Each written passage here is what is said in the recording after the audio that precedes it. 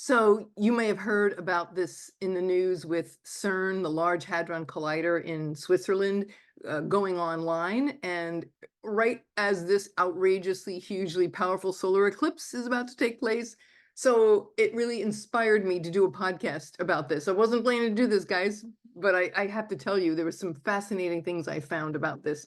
And I'm going to talk about what is CERN, for those of you who may not be familiar with it, what it does, and the astrology of this eclipse and how it ties in to CERN. The message there, very powerful message. Yes, it can be rather intimidating, but there's a solution. Out of this darkness, there is humor and light, and I will explain everything. For those of you who don't know me, my name's Irlianna Samsara, StarSound Speaks podcast. StarSoundastrology.com is my website. I do readings. Glad to help you. So let's talk about this particular situation. So what is CERN? CERN is the European Center for Nuclear Research in this little town right next to Geneva on the border of France and Switzerland. Hosts the largest particle collider in the world, and it's the largest machine in the world. This machine literally smashes atoms. They're trying to recreate the Big Bang. And they're finding particles that they never knew existed. And it's all very, the unknown is very much a part, baked into their legacy, as I saw in their natal chart. Why should we be not to make a concerned? No, that's a bad joke. Sorry, no, it's like, why should we be concerned? Well, many reasons, obviously, breaking down atoms and smashing them at a gazillion miles an hour, emitting, by the way, enormous radiation. This is all taking place deep in the ground.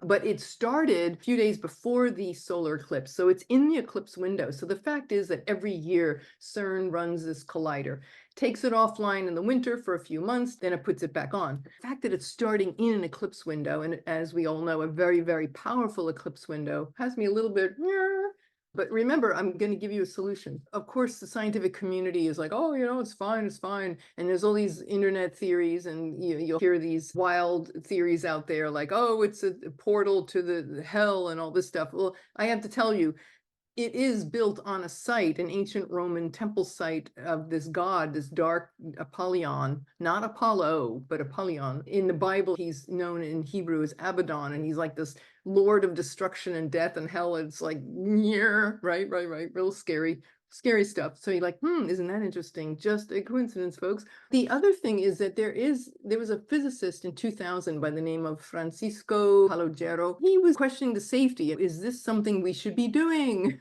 And isn't that Pluto and Aquarius, nudging ourselves into areas of technology that we don't know? You could blow up the whole world, seriously. Like, this is like Atlantis revisited. There's another very, very esteemed astronomer named Martin Rees from the UK, basically said, mostly it won't go wrong, he's still in the scientific community, but there is always a slight chance things could. And if it did, it would basically, there are three outcomes. One was which we would all be sucked into a black hole. The other one was that Earth could be condensed into the size of a soccer field. It's that level of cray. So Pluto and Aquarius. Anyway, these are the things that make you a little scared, right? And people get scared and freaked out. And I was like, okay, are these people more than what they say they are? Well, the chart says they are. There's a lot that you don't hear about or talk about. And there's a lot of power players and people involved in this worldwide organization. There are something like 11,000 scientists and several thousand support staff people that work there from all over the world. So it's a big deal. What I wanted to share, Pluto and Aquarius, right? This is a Pluto and Aquarius story. It's like you're playing God, just like Frankenstein and GMOs, and you're tinkering with the very fabric of reality. There's many people who feel that they may have already, or at least have the capacity to create tears, black holes, and tears in time and space. This is exactly what happened in Atlantis. In the chart for CERN, there is an asteroid called Atlantis. Interesting, the sun is conjunct the supergalactic center. No coincidence, people. Keep on moving. Let's keep on. No, here it is. Look at this. Saturn. I ran it on astro.com, and we have asteroid Atlantis parked right in between Saturn and Venus. It's like, oh, okay. And Saturn in Scorpio. And the fact that these are in aversion, first of all, they're sextiling their ruler, Mars. So this to me says, you know what? These people are learning lessons around this rapacious, pursuit of knowledge to the point of, like, literally Scorpio could be extinction. Hopefully not this time.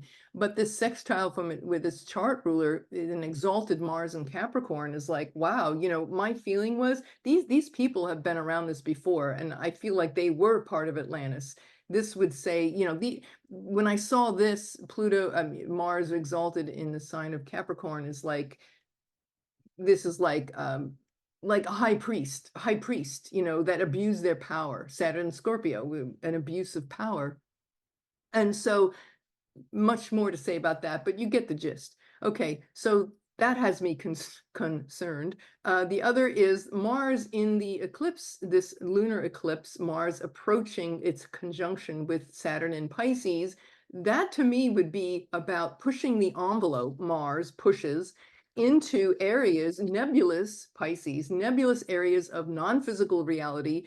And with Saturn representing karma, the karma of doing this, of pushing and pushing the envelope, and into a point where it's like, wait a minute, is this wise, right? Is this wise? Saturn, you have intelligence to know how to figure out to do that, but intelligence versus wisdom. Okay, just because you know how to do something, is it wise to do so?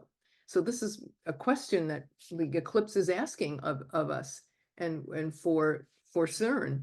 Mercury being retrograde in Aries, we're rethinking, we're revisiting, is this really wise? Is this something we really want to do? And I found it fascinating that the sun of CERN, 5 degrees of Libra, that's conjunct the supergalactic center. So it's baked into their birth chart, this outrageous hunger. It seems like this never-ending hunger and desire to go and go and go. And Venus in exile in Scorpio, in aversion to that chart ruler. Whoa, that's saying, it's like the Libran sun, we present this lovely, lovely, harmonious exterior, but really we're really about stuff that we don't want to talk about, and we don't really want to have a lot of people know. So they put on a good show and they say, oh, this is good for the advancement of knowledge, but of course we know differently. So that lunar eclipse was conjunct the sun of CERN. And for the solar eclipse, remember, Lilith is on the supergalactic center. So that's also baked into it, the Lilith archetype of this, spurned, scorned. In the Lilith mythology is that she, it depends on who you talk to about this, but this idea of this scorn and becoming a demon, and this is crazy, right? It's like, it's scary. I'm not trying to scare you here, because I do have a solution and you will be delighted to hear it. I'm going to get to that just in a moment. Yeah, one last thing to say is that you have to remember, with the solar eclipse, the sun is exalted in Aries, and it's at its exaltation degree at 19 degrees. So the sun is exalted in Aries, and it's super exalted in Aries at 19 degrees. So we got the sun, the moon, and of course Chiron, all at that, the wounded healer, all at that exact exaltation degree point for the sun. But the sun's out. Right? Solar eclipse, the sun's gone out. So the sun's turned off when they have this Hadron Collider running, because it's running as we speak. And we have to also remember, we are at solar maximum. So the sun cycles, there are cycles that are like every 11 years, their sun goes through these cycles where it emits CMEs, coronal mass ejections, sunspots, flares. They reach a peak, and then there's a magnetic reversal, and then they go quiet. We are approaching maximum right now as we speak, and they're not sure when there will be that magnetic reversal, but it could be sometime later in the year, which is when their next eclipse happens. So the Earth has a weaker magnetic field because of these blasts coming from the sun. So you're really tinkering, you're playing with fire here, people. Okay, this is like, not cool. So there's our setup. It's things to be aware of, not happy about, but we always have a solution. We are not victims. Oh, wait, hold on. There is a solution, but wait. Hey, hello. Yeah. Come on in. Oh, Myrtle. Miss Samsara, I'm so sorry to bother you. Oh, The health food store is closed, and I have this insatiable craving for cashews. Do you have any cashews? oh, I do. Actually, I'm just doing, this is my neighbor, Myrtle Schmergle. I'm on the podcast right now. I'm just in the middle of, sorry. I'm sorry. I'm sorry. No, it's I'm okay. sorry. It's okay. Have a seat. Have a seat. I know you and I, we were talking about CERN, you know, the CERN, that big crazy collider thing. And Oh, CERN, no, CERN, please, no, No, CERN. no. Oh, you're talking about CERN? I'm talking about CERN because Okay, the but- astrology, it's just interesting how I it's know coming up now. Folks, you gotta listen to her. You gotta listen to me. This is really important. So what were you just gonna say now? Oh yeah, I mean, just interesting. You just knocked. I was about to say there is a solution to this crazy astrology. We don't have to feel like victims. Certainly prayer, right? Prayer. Are you big into prayer? Prayer Painting? is the most powerful thing on this planet, especially when you send your love. Yes. You send your love. You got to send love to all these people. They're out of their minds. They really are out of their minds. I'm going to do my own podcast on this because it's very distressing to me. It brings back really uncomfortable memories of, well, you'll see, but prayer, shower them with light, blast them with light. Well, I have a fun way to do it. We could do it the way we love, you know, meditation, whatever. But I found something. You're gonna feel much better, Myrtle. Okay, I'm gonna put your fears to rest. This really happened back in 2009. This Large Hadron Collider came online in 2008. A year later, it was brought down. It was in all the news, and a weasel chewed the wires. Yeah, and it poor weasel didn't make it, but the weasel chewed the wires, and it shut down the Hadron Collider. They don't know how the weasel got in the tunnel, but they. You know what? Let me tell you about weasels. Weasels, this is so incredible because when you have, you know, animal totems, you know, when you have, everybody knows you have spirit guides and, you know, your guardian angels where you can have animal guides, and you really should acquire some or work with them because they are amazing. But the weasel, let me tell you about the weasel. Yeah, I was wondering. The weasel animal guide, you know what? They can hear what's really being said. So if somebody's talking, they're going to hear what's really being said. You know what I mean? But that other people don't know. That's right. What other people really don't hear. You know, you hear somebody talking, but what's underneath what's being said, what's really being said. But what you just said, the most amazing thing is the weasels can see. They can see beneath the surface of the situation, and they can see the ramifications of an event. Really? So yes, That's so this wild. you're talking about Holy moly. this holy weasel that went into this big collider monster machine that's beneath the earth. I mean, this thing is just. Anyway, this little weasel went in because he knew that if he didn't chew up that wire, like you just said, we could end up at the size of a soccer field. Earth could be. And you know what? I'm not ready to be squished down like that. No, you know? no, we're not here for that. No, I've got too much to do, and I just bought a new outfit. So no, you know, no, we can't be compressed. Be squished down and compressed. You know, that's like a sci-fi movie. But the weasel, that's amazing that this really happened. Yeah, weasels. Okay, you know what? In Native American, the chiefs, they would send out the weasel in the etheric as a scout. It's like the CIA of weasels. And they would like go out.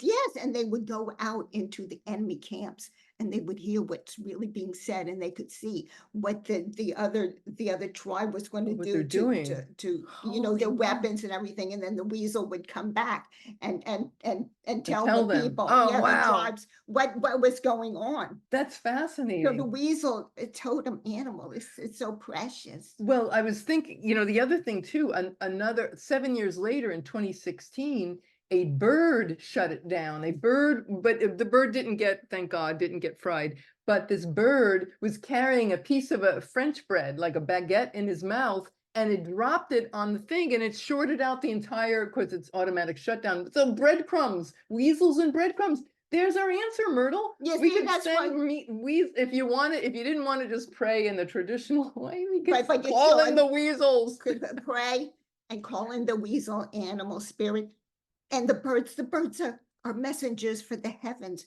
Yeah. It was probably the gluten in that bag.